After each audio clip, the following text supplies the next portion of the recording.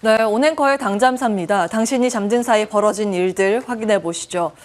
미증시 간밤 보면서 이 밤잠 설치신 분들 많이 계실 텐데요. 제대로 롤러코스터를 탔습니다. 변동성에 대한 해석이 아직 월가에서도 뚜렷하게 나오지 않고 있기 때문에 오늘은 주변 지표 많이 준비를 해봤습니다. 살펴보기에 앞서서 오늘의 한마디부터 보실까요? 하워드 막스가 한 말인데요. 거시경제는 예측할 수 없고 시장의 앞날은 알 수 없다. 거대한 시장이 아닌 투자자 스스로의 자기평가를 통해 투자를 해야 한다.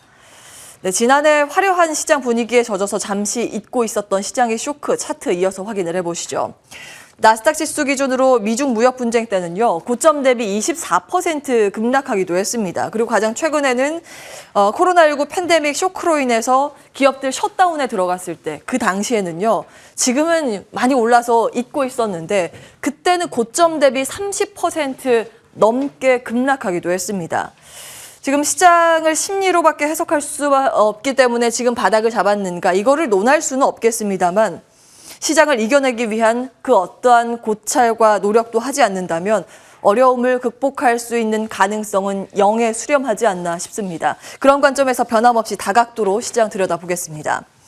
나스닥 지수 일중 그래프 보시죠. 하루 동안 위아래로 무려 5.5%나 흔들렸습니다. 하루 만에 800포인트가 왔다 갔다 했는데요. 다행히도 장중에 극심한 변동성을 만회하면서 전약 후 강의 패턴이 모처럼 나왔습니다. 미국 정오 정도에 나타난 투매, 여기에 대해서는 지금 월가에서도 시원한 해석이 나오지 않고 있습니다. 장중의 변동성만 보면 코로나19 팬데믹 쇼크에 맞먹는 수준의 급락이었죠. 그때 같은 시장 시스템 리스크에 대한 우려가 있었을까요? 다음 보시죠. 그 힌트를 얻기 위해서 간만에 미국의 하이힐드 스프레드 차트를 확인해 봤습니다. 투자 부적격 신용등급의 회사채가 미국의 국채에 비해서 얼마나 더 높은 금리로 거래되는지를 보여주는 차트인데요. 이 차이가 커질수록, 즉 위로 많이 올라갈수록 채권 시장이 경기를 안 좋게 본다는 신호로 해석을 하고 있습니다. 통상 거시경제 여건이 나빠지면 이게 오른다고 보는데요. 글로벌 금융위기 때 2008년도 때 주식시장 폭락하기 전에 이 하이힐드 스프레드가 먼저 튀면서 그 이후로 많은 투자자들이 이 지표로 삼고 있는 내용입니다. 가장 최근에는 2020년 초에 코로나19로 인한 셧다운으로 인해서 그때 기업들이 굉장히 어려움을 겪지 않았습니까? 그때 이 스프레드가 8%까지 확 벌어지는 모습이 나타났습니다. 그런데 최근 금융시장은 변동성이 극심해서 아수라장이라는 표현까지 등장을 하고 있는데 이 스프레드는 오히려 안정된 흐름을 보이고 있습니다. 물론 최근에 살짝 오르긴 했지만 절대적인 수치가 높지 않죠. 2%대를 유지하고 있는 상황입니다. 연준의 긴축 때문에 경기 침체가 올 거라고 격정이 된다면 이렇게 스프레드가 평온한 모습을 보일 수 있을까? 월가에서는 지적을 하고 있는데요. 단순히 고평가 종목들의 밸류에이션 조정이라고 일각에서 주장하는 근거로도 활용되고 있습니다. 그에 따르면 결국 시스템 리스크에 따른 시장의 변동성이 아니라 심리로 해석을 해야 된다는 건데요. 다음 보시죠. 그렇다면 간밤 시장이 급락할 초반에 불안 심리를 자극할 만한 새로운 이슈는 뭐가 있었을까요? 여러 가지가 있겠지만 이 추가적으로 들어온 소식은 전쟁 가능성입니다. 옛날 어린이들은 호환, 마마, 전쟁 등이 가장 무서운 재앙이었으나 익숙한 멘트죠. 90년대 초반에 이 비디오 테이프를 재생하면 늘 앞에 나왔던 내용인데요. 예전이나 지금이나 전쟁에 대한 공포는 우리가 간과할 수는 없겠습니다. 현재 동유럽의 전혼이 거조되고 있습니다. 동유럽의 이 러시아가 실제로 이 우크라이나를 침공할지에 대한 우려감이 고조되고 있는 상황인데요. 미국이 우크라이나에 있는 자국 대사관 직원들에게 철수 명령을 지금 내렸는가 하면 여기에 나토는 병력 전진 배치를 추진한다고 하고요.